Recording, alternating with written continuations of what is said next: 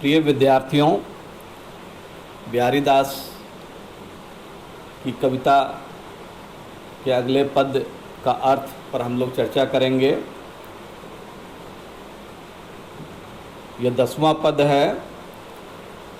दीर्घ सांस न लेहि दुख, सुख साई ही न भूली। दई दई क्यों करतू हैं, दई दई सू कबूली। यहाँ इस पद में जो बिहारी दास के बिहारी रत्नाकर से लिया गया है, यहाँ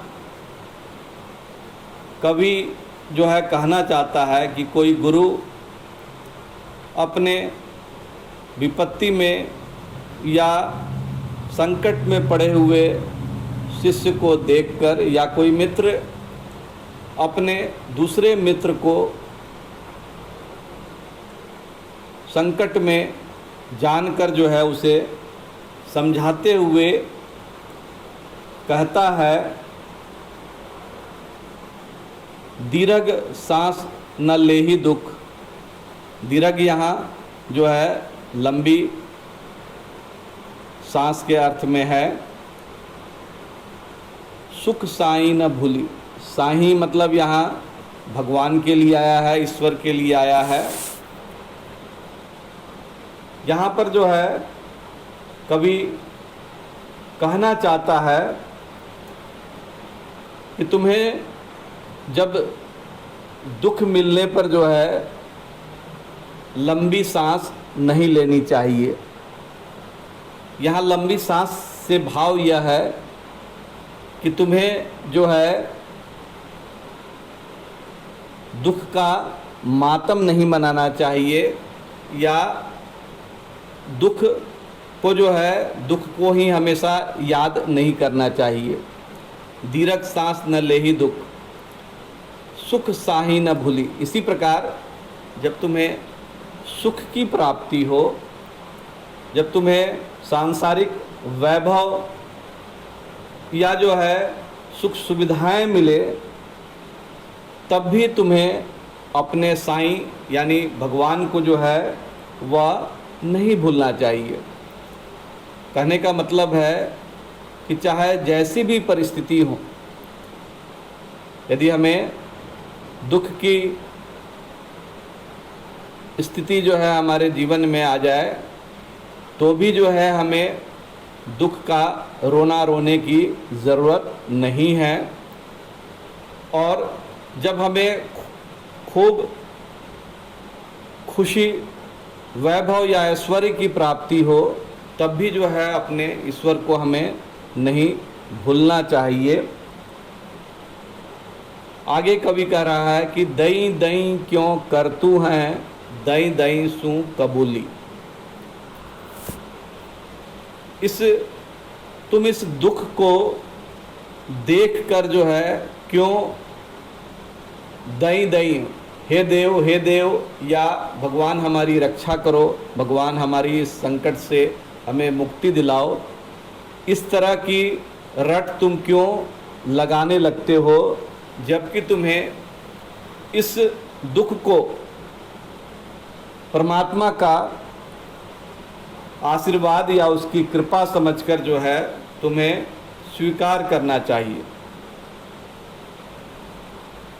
कवि इसके माध्यम से जो है हमें यह बताना चाहते हैं कि यह सारा संसार जो है प्रभु के द्वारा निर्मित है। सुख दुख सारे जो है वह कहीं न कहीं विधाता की मर्जी से ही व्यक्ति को जो है प्राप्त होते हैं। इसलिए जब ईश्वर हमें सुख या दुख की घड़ियां जब हमारे जीवन में आए, तो हमें उसे सहज भाव से या निर्लिप्त भाव से उसे स्वीकार करना चाहिए, तथा जीवन मुक्त तपस्वियों की भांति ऋषि मुनियों की भांति जो हर स्थिति में एक समान बने रहते हैं। हमें जो है वैसा जो है अनुभव करना चाहिए। ऐसा करने पर ही जो है हमें सही अर्थों में जो है सुख और आनंद या शांति का जो है अनुभव हो सकता है। अगला पद देखिए,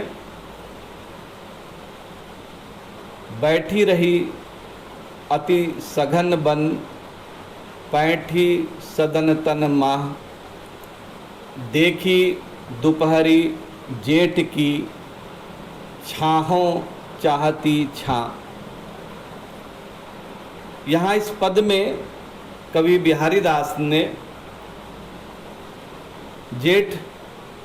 ज्येष्ठ मास की दोपहरी की प्रचंड गर्मी का बड़ा ही आलंबनात्मक वर्णन किया है। यहाँ नायिका जो है नायक से कहती है, बैठी रही अति सघन बन, पैठी सदन तन माह, देखी दोपहरी जेठ की, छाही चाहती छा। नायिका कह रही है कि ज्येष्ठ मास की दोपहरी की प्रचंड गर्मी को देखकर जो है छाया भी जो है वह छाह मांगने लगी है। कहने का मतलब है कि जेठ की दोपहरी में चारों ओर जो है अत्यधिक गर्मी पड़ती है।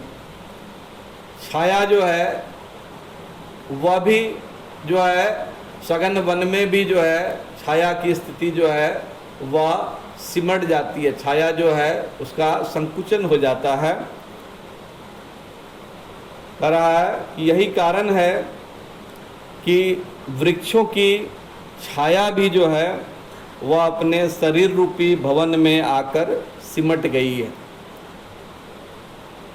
ग्रीष्म ऋतु में हम सभी को पता है कि छाया जो है वह संकुचित हो जाती है। वह अपना विस्तार छोड़कर जो है कहीं ना कहीं एक दिशा में ही वह जो है आयामित हो जाती है, या उसका जो है कहीं ना कहीं जो है छाया की स्थिति जो है वह विरल हो जाती है। इसलिए जो है यहाँ पर कवि कह रहा है नायिका के माध्यम से कि इस प्रचंड गर्मी में जो है छाया भी छां मांगने लगी है।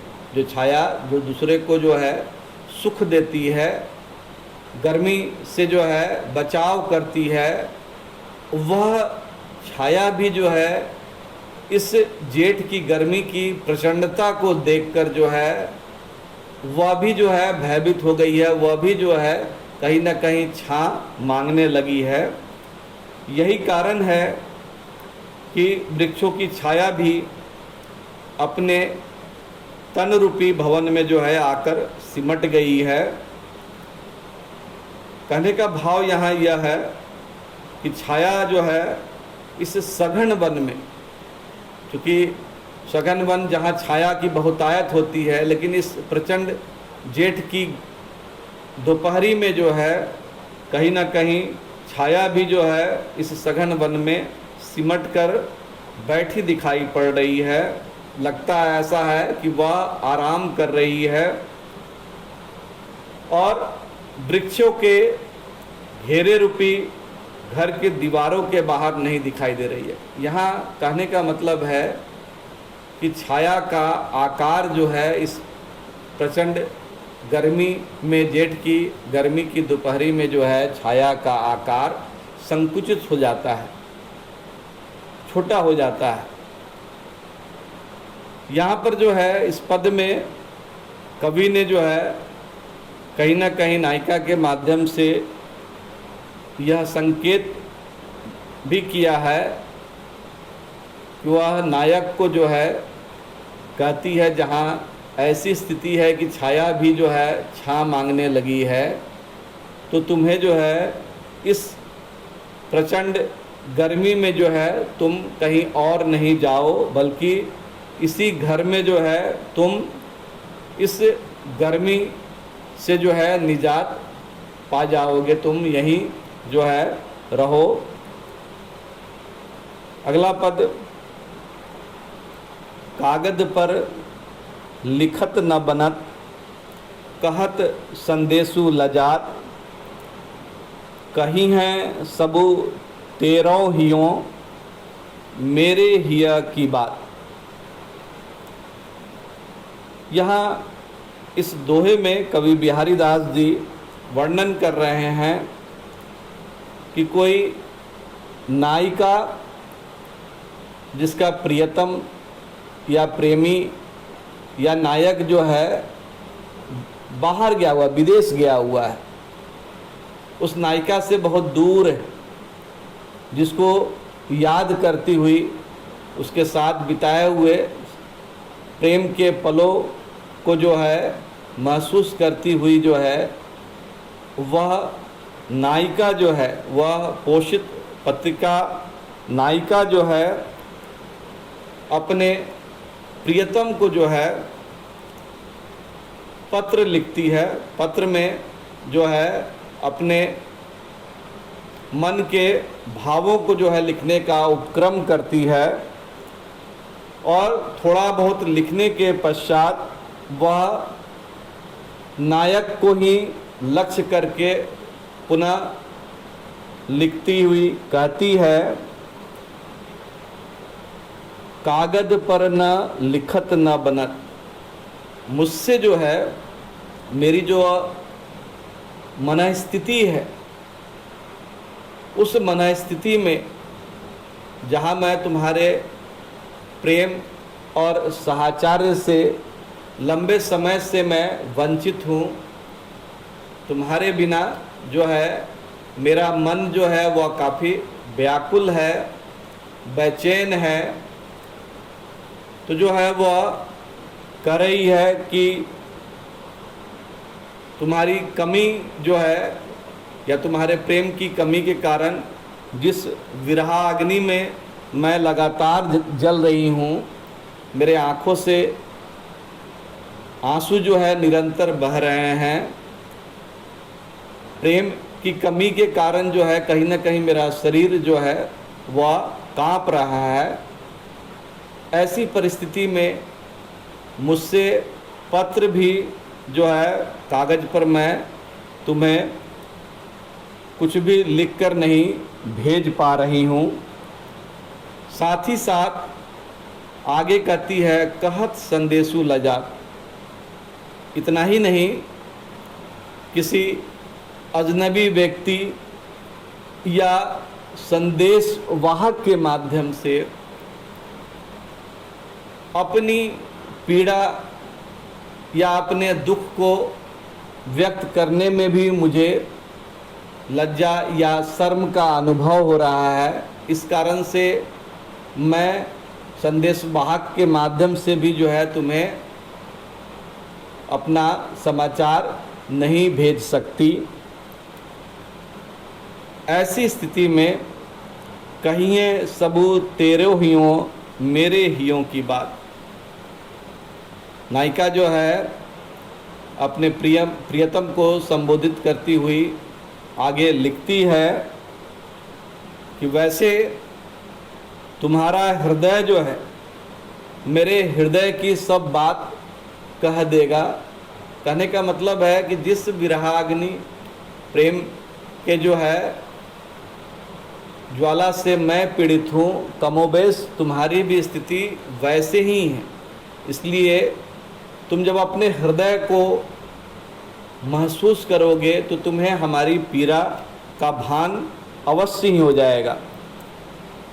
इसीलिए वो कह रही है कि तुम्हारा हृदय मेरे हृदय की सब बात बता देगा। मेरी दशा जो है, जब तुम अपने आप को देखोगे, अपने हृदय की अनुभूति को देखोगे, तो जो है तुम्हें मेरे हृदय की पीड़ा का पता तुम्हें स्वयं चल जाएगा। कहने का मतलब है यहाँ कवि जो है नायिका के माध्यम से जो है यह बताना चाह रहे हैं कि वह पत्र या संदेश वाहक के माध्यम से जो भाव वह व्यक्त नहीं कर पा रही है उसे तुम स्वयं अपने हृदय की स्थिति को जो है जानकर तुम स्वयं महसूस कर लोगे। इस प्रकार जो है कवि ने जो है अपने प्रियतम से दूर रह रही नायिका की पीड़ा का बड़ा ही जो है मर्मस्पर्शी चित्रण किया है।